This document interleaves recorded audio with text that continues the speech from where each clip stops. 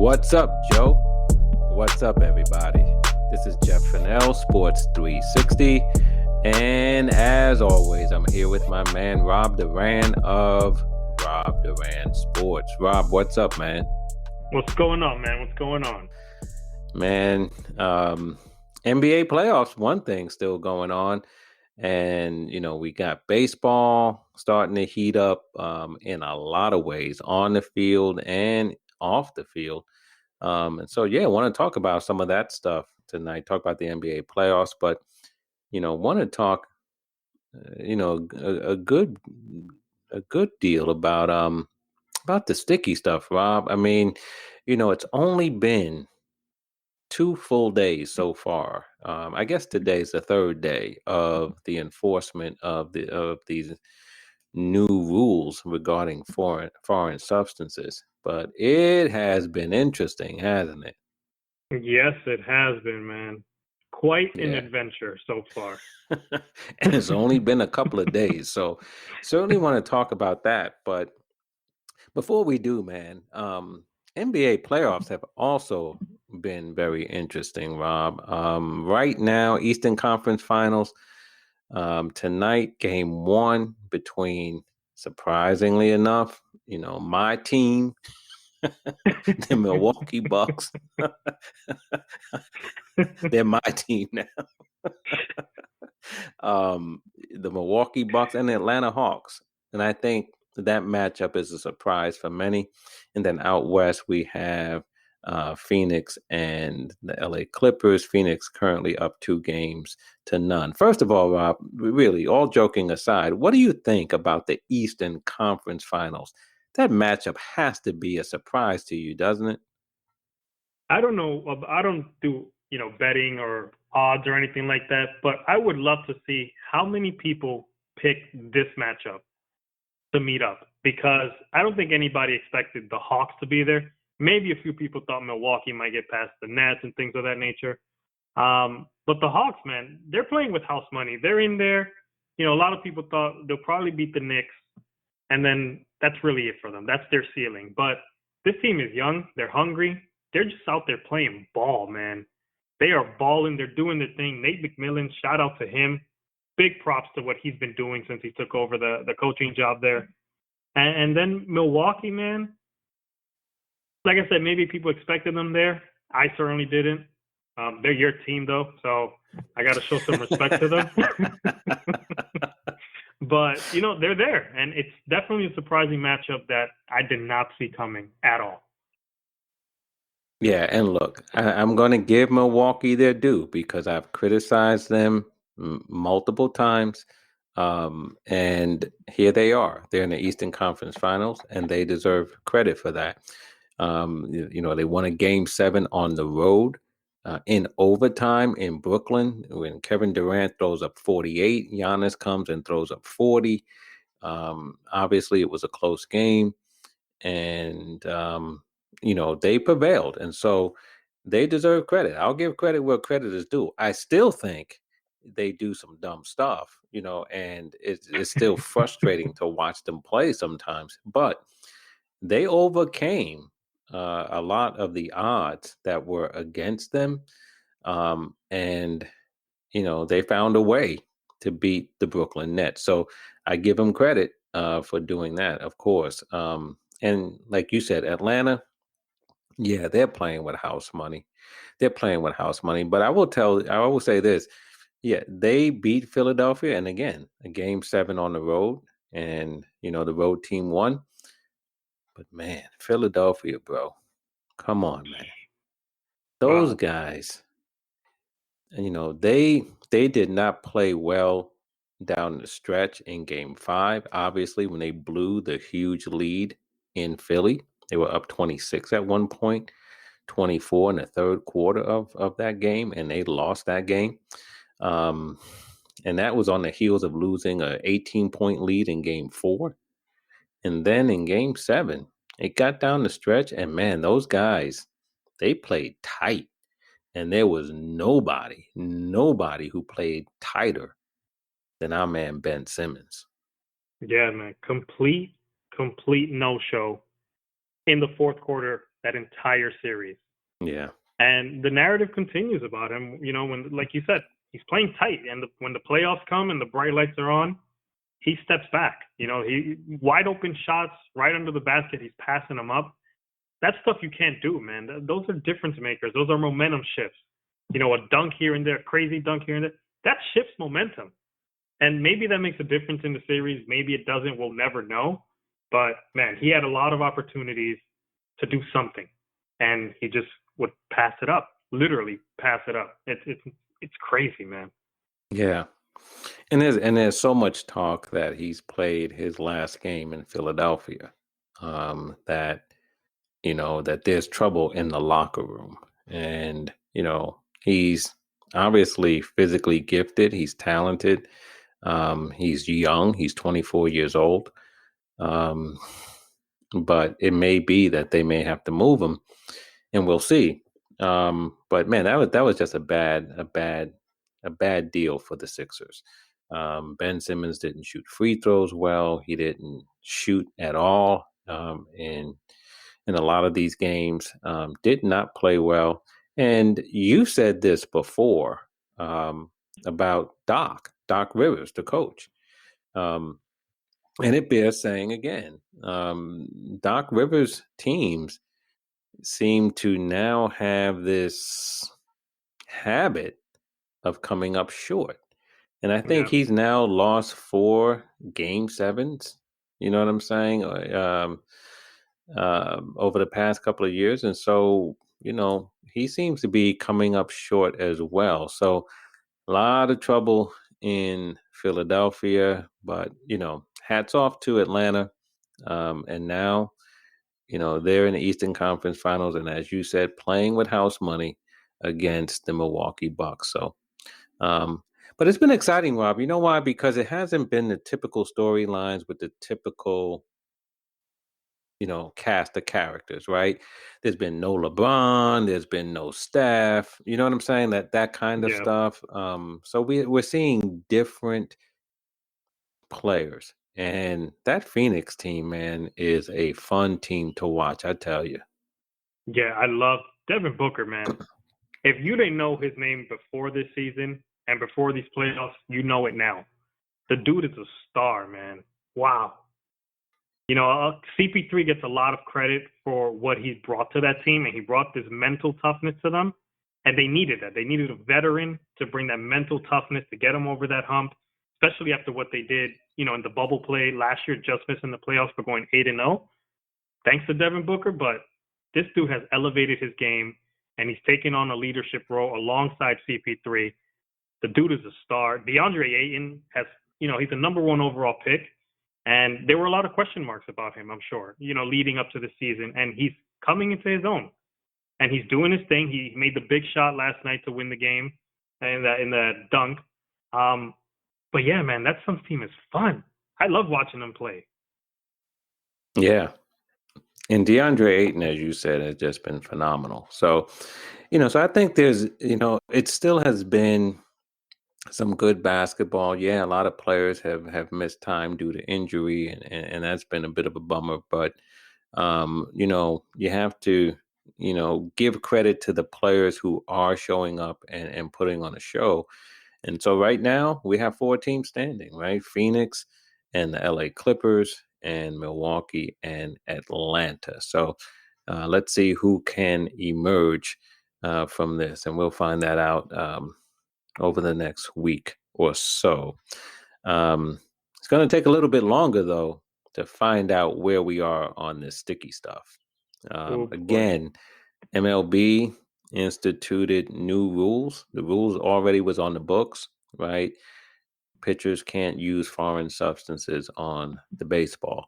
And, the dirty little secret in baseball for years was that pitchers were using foreign stuff on the baseball, right? And it was like, okay, we need it for grip and control and all the rest of that. But baseball concluded, and I don't think a lot of people argue with it, Rob, that the sticky stuff had gotten to such a point where it was changing the game from a performance standpoint, where now pitchers were able to get a higher spin rate, And so those fastballs were faster. Those breaking balls were breaking a lot more sharper. And so it had changed the game. And that's why we saw, the pitchers dominating and hitters, just really struggling. But baseball instituted a new rule, 10-game suspension for anyone found with sticky stuff, whether you're a position player or a pitcher. And the mandatory checks. We have to talk about that because the mandatory checks started on June 21st. So as of, tonight, we're 3 days in. And Rob, it's been interesting so far, hasn't it? Yeah, man, and it's only going to get better. We have Trevor Bauer tonight, so we'll see. Oh boy, I can't wait for that one. But yeah, man, we've seen some antics out there, some fun stuff, and then we've seen some see Max Scherzer get pretty upset with Joe Girardi after what he pulled in last night's game. But whew, I don't know, man. It's one of those things where, going back to what you were saying about the sticky stuff, it was being used. There's no the dirty little secret. We all knew about it. But it's almost like, pitchers saw this opportunity of, well, they're not enforcing it. So let's push a little bit more and a little bit more until they pushed MLB to the edge, basically. And MLB said, okay, enough is enough. Like, we need to control this now. We need to rein this in. And this is where we are now. And these mandatory checks that are going on, man, they're highlight worthy at this point. 3 days in, they are highlight worthy. They are taking over the news. And MLB is on all the networks right now because of these mandatory checks and not so much what's going on the field. So, oh boy. Yeah, and I want to come back obviously to what's gone on with the sticky stuff, but you said something that's worthy of pausing on right now, and that is that the checks, for the sticky stuff has now become in some ways bigger than what's going on the field. And I got to tell you, and I agree with you, and part of me says this is a problem for baseball because we are a few weeks away from the All-Star game, right? And, you know, I can envision that there'll be quite a bit of talk during the All-Star game about sticky stuff. Yeah. And that's not what you need. And, baseball has a bit of a problem because for every pitcher that's being checked, it's essentially saying you can't be trusted to play the game by the rules. So we have to make sure you're not cheating. Every time it happens, whether that is said out loud or not, that's the visual picture, right? Every Yeah. pitcher that comes off and the umpire is now checking him for sticky stuff, that's a visual picture that says we have to make sure that you're not cheating at this game. And I don't know any other sport that does that openly like that during a game, right? Yeah, no, And I because I think think that's a bit of a problem. because I think even boxing, they'll check you before you come out and all that stuff. If I'm not mistaken, they'll check the gloves, just make sure everything is looking good. But to be checked during a game, and it's funny because Zach Britton, pitcher for the Yankees, he's part of the executive committee for the Players Association. He came out, I think it was today, said a quote basically, you're a young kid at a game, and you ask your mom or your dad or whoever's with you, the adult at the game with you, and you say, hey, why are your umpires checking this pitcher, 2-3 times a game? The parent or the adult has no choice but to say, well, they think everyone is cheating, so they have to check them, and that's a bad look for the game to be said that way. So maybe we're 3 days in, and now we kind of see a little bit of a picture of what it's going to look like moving forward. So maybe this is an opportunity for MLB to say, all right, let's say they last a week. We're a week into this. Let's try to make these checks different. Let's have someone, maybe in the dugout or in the clubhouse. Maybe the pitcher goes into the tunnel and gets checked real quick. Make sure everything is good. Nobody has to see this. We don't have to make a whole show of getting the pitcher checked and make that the central focus of the game when the game should be focused on the game itself. We have guys, like you were talking about, the All-Star game is coming up. Shohei Ohtani is going to be in the home run derby. This guy's one of the best pitchers in the game. also one of the best hitters in the game. And I feel like we're not talking about what the kind of season he's having. Or even yesterday, Wander Franco got called up by the Rays. Huge home run. But we're all talking about Joe Girardi and Max Scherzer. So I think MLB has to maybe adjust the way these checks are happening so we can put more focus on the game and less on the off-the-field stuff. Yeah, because you bring up Scherzer, and he got checked 3 times during his outing. One of them was at the request of Joe Girardi, the manager of the Philadelphia Phillies, and Max obviously plays for the Washington Nationals. And Girardi asked for the check in the middle of an inning. I believe it was first and third, 2 outs, so it was a tense situation. It was a tight ball game. And Girardi called for it. And Mike Rizzo, the general manager of the Nationals, said it was no question that Girardi was trying to get him off his game. And he called him a con artist. Yeah, he did So not. now hold we back. have a general manager calling a manager on another team a con artist for going to the umpires and say, hey, check the pitcher on the other team. And then when Max Scherzer came off the mound after he got checked at Girardi's request, at the end of the inning, he got out of the inning and he stared Girardi down. And then Girardi comes out of the dugout and is like, you want to go? You want to go? Come on, let's go. Let's go. So now you got a manager wanting to fight a player.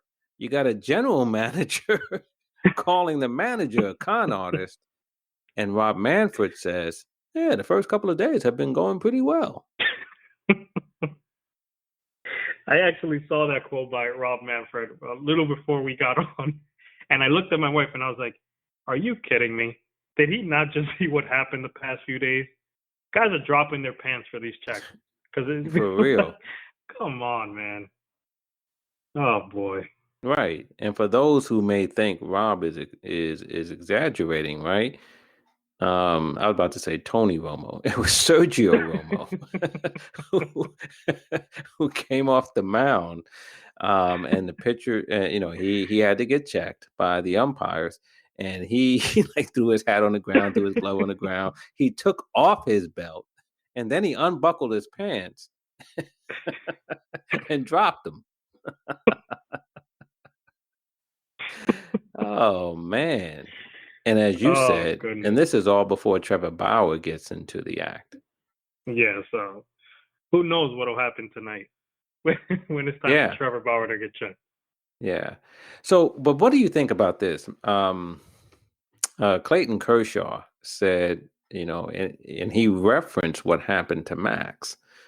And he said, the way Girardi called out Scherzer, there should be some repercussions for a manager who asks for a pitcher to be checked, and then it turns out that the pitcher is clean.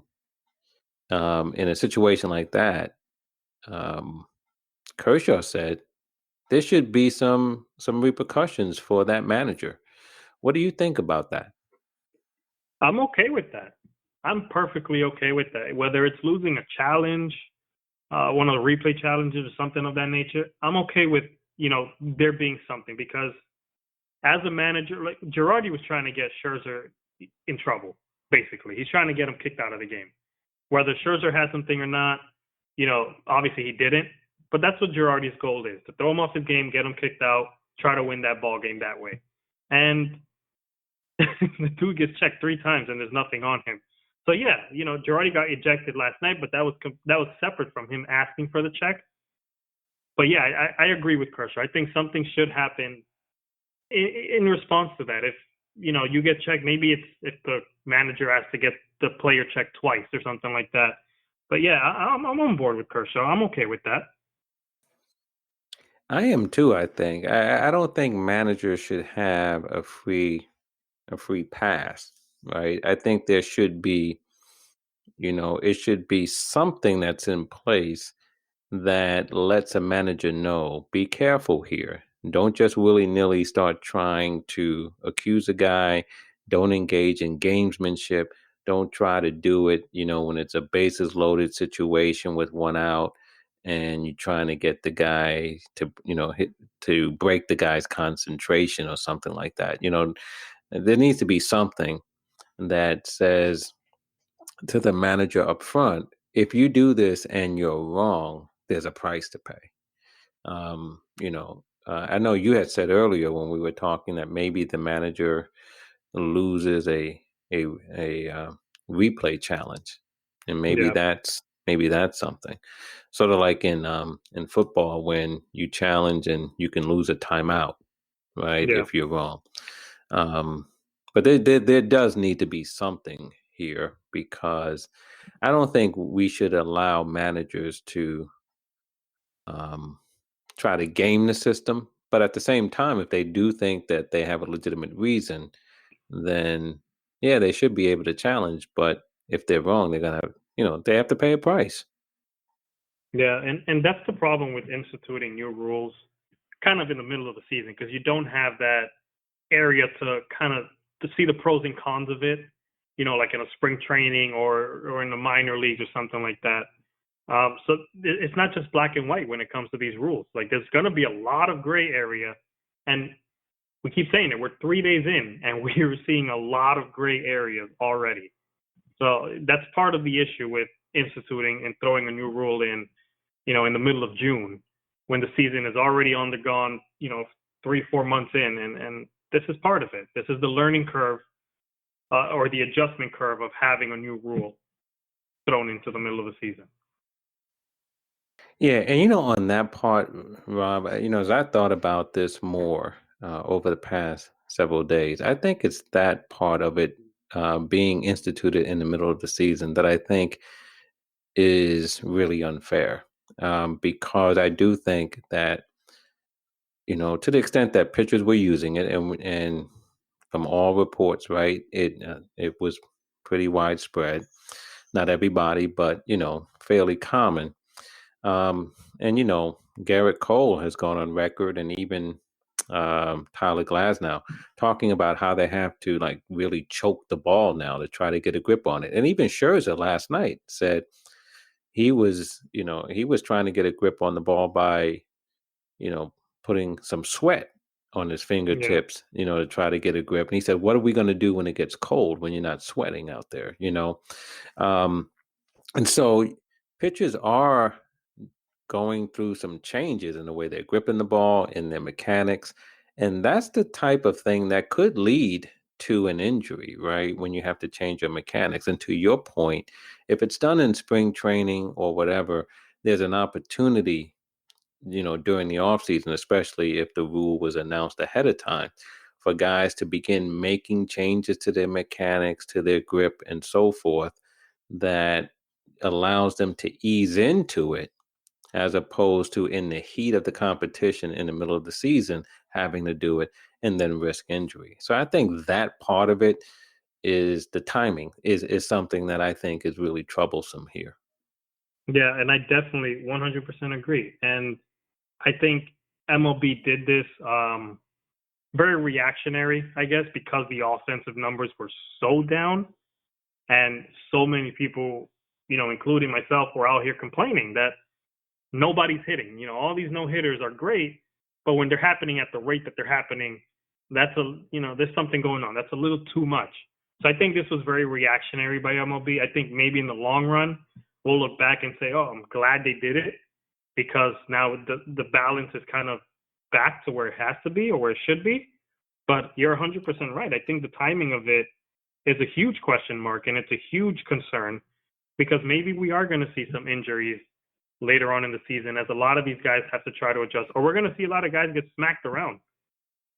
I mentioned last time, Garrett Cole gave up 10 runs in 2 starts, which is something I haven't seen him do since he was in Pittsburgh, maybe.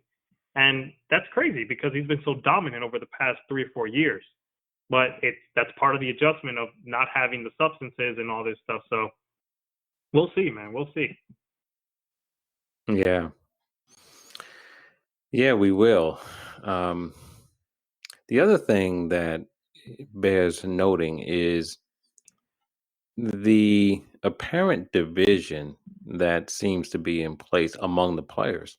And I think Chris Bryant so far, um, has given voice to the hitters side publicly, more so than anybody that I've seen.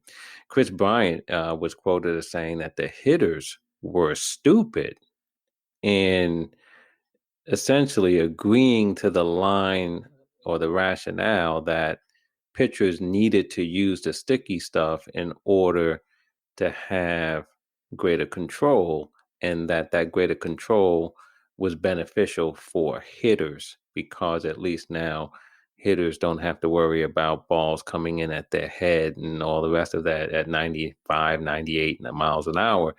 And he said, we were stupid to believe that. And he said he's all in on the new enforcement. So that's a pretty strong statement from a hitter that says, you know what?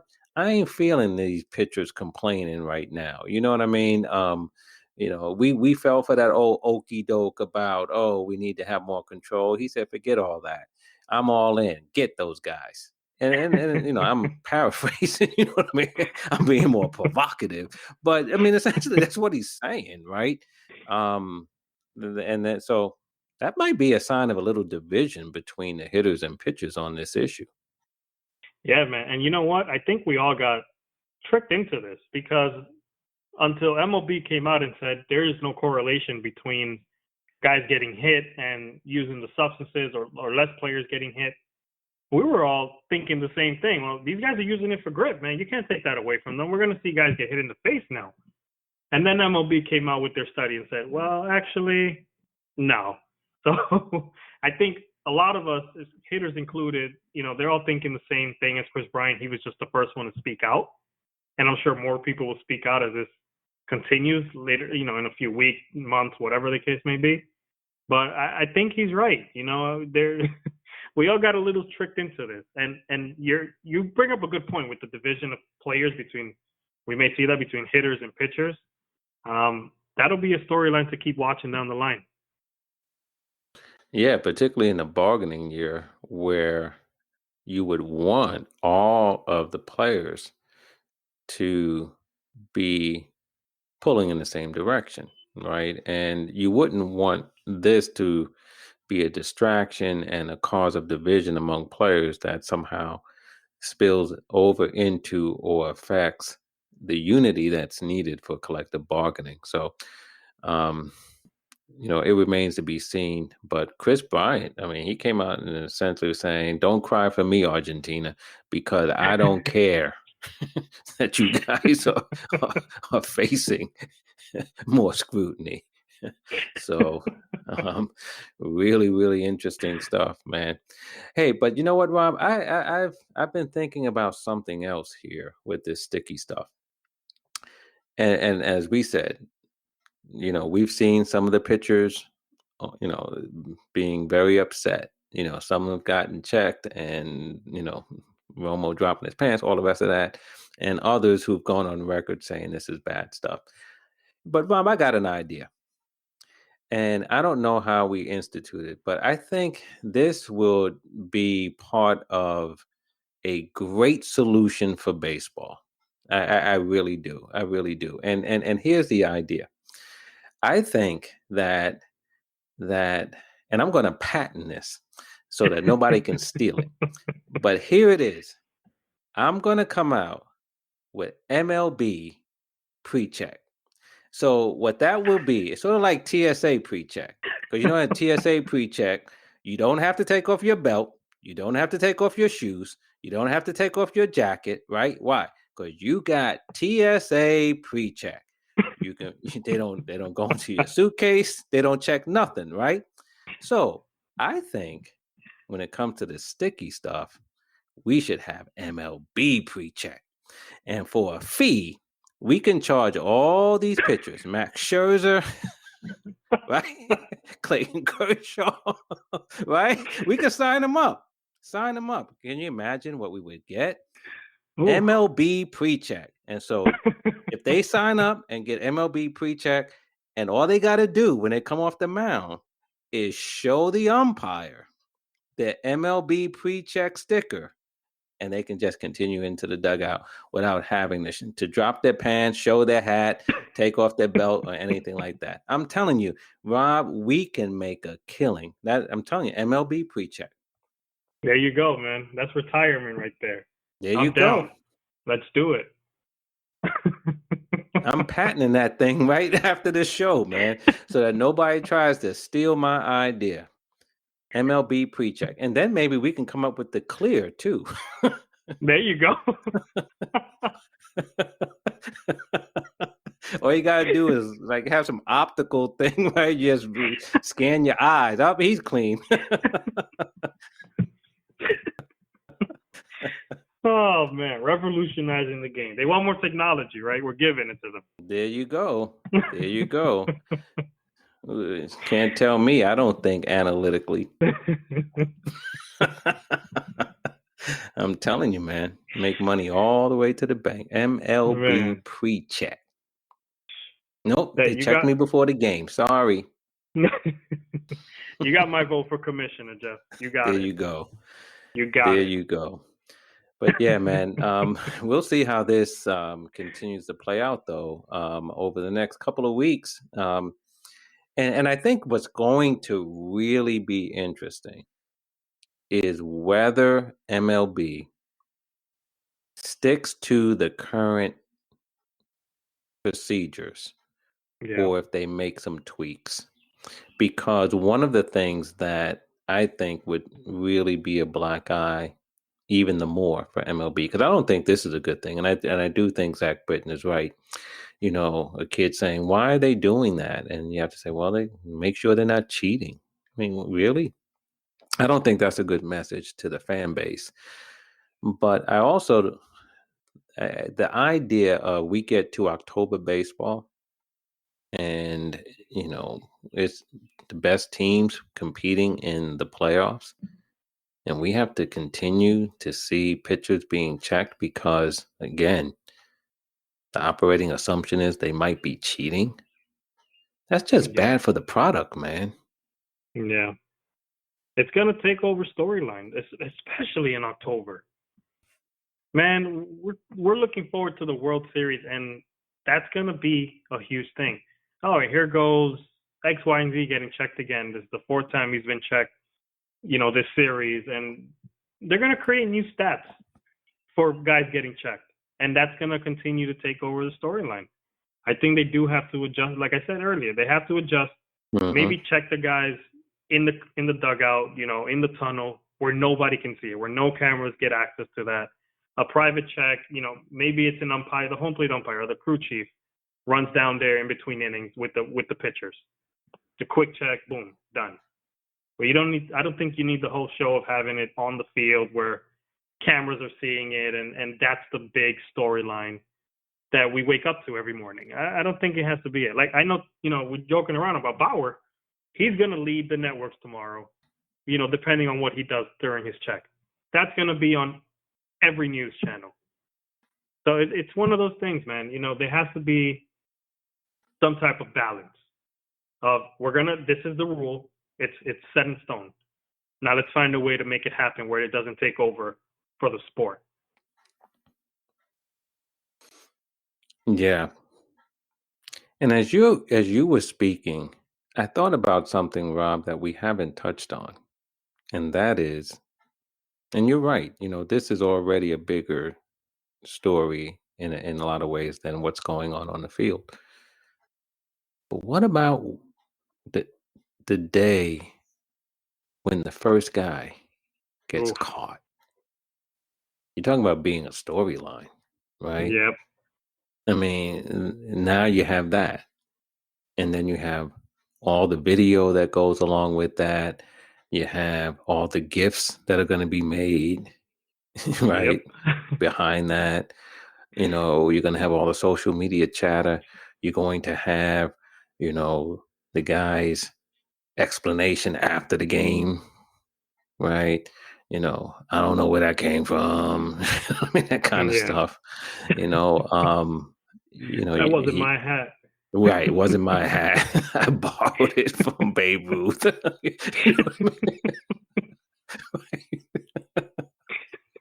right? You got to have all this stuff, right?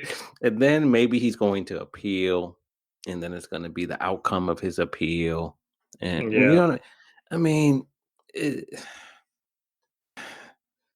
I don't know. I just can't see. And again, my thinking is evolving on this, but I just can't see how this is the best thing for the game. I'm starting to look at that. I think my initial reaction was, look, man, this is the rule. And, hey, we need some more offense. We were talking about that last week, right? Hey, I want to see Yeah. some more home runs. You said, I want to see some more hits. I want to see some more home runs. I want to see my Yeah. Yankees winning more games, right? And yeah, we all want to see that. But the more I start to think about this, it just doesn't seem to be the best thing for the game. There needs to be a better way. Yeah. I think that's part of having this rule thrown in there in the middle of June. Yeah. As opposed to giving not just the players, but everybody this mental, the time to think mentally and how to react to it and feel about it and all this stuff. It was literally, we had our episode last week, and this week the rule is already there 3 days in. So our time to think about it was very quick. Yeah. It was night and day. We have to, okay, this is the rule. It's enforced 3 days in. And I think that's part of it. It's now we're 3 days in, and now we're kind of seeing the development of this. And this is something that should have happened in the off season to give this room for error of, okay, so how do we fix this? This didn't work. We're a week in. We're 3 days in. It didn't work this way. So let's try to do something a little bit different this week and see how it goes until we start the season. And this is going to be the one. Everything has a period, a time for error. There's always, the pros and cons of everything when something new is put into place. And this rule didn't have that. And we're going to see the consequences of it. Yeah. And it's already started. And it's just been a few days. So stay tuned, because there is more to come on this one. So, okay, brother. Well, as always, man, good to chop this up with you, man. Talk about this particular issue, because as we said last time, this is a big issue for the game, and we'll keep on top of it, and continue to follow it wherever it leads. But I appreciate, man, the conversation. And why don't we do this, man? Why don't we agree to come back again next week and give them some more and give them another edition of Sports 360? Sounds like a plan? Sounds like a plan. All right, brother.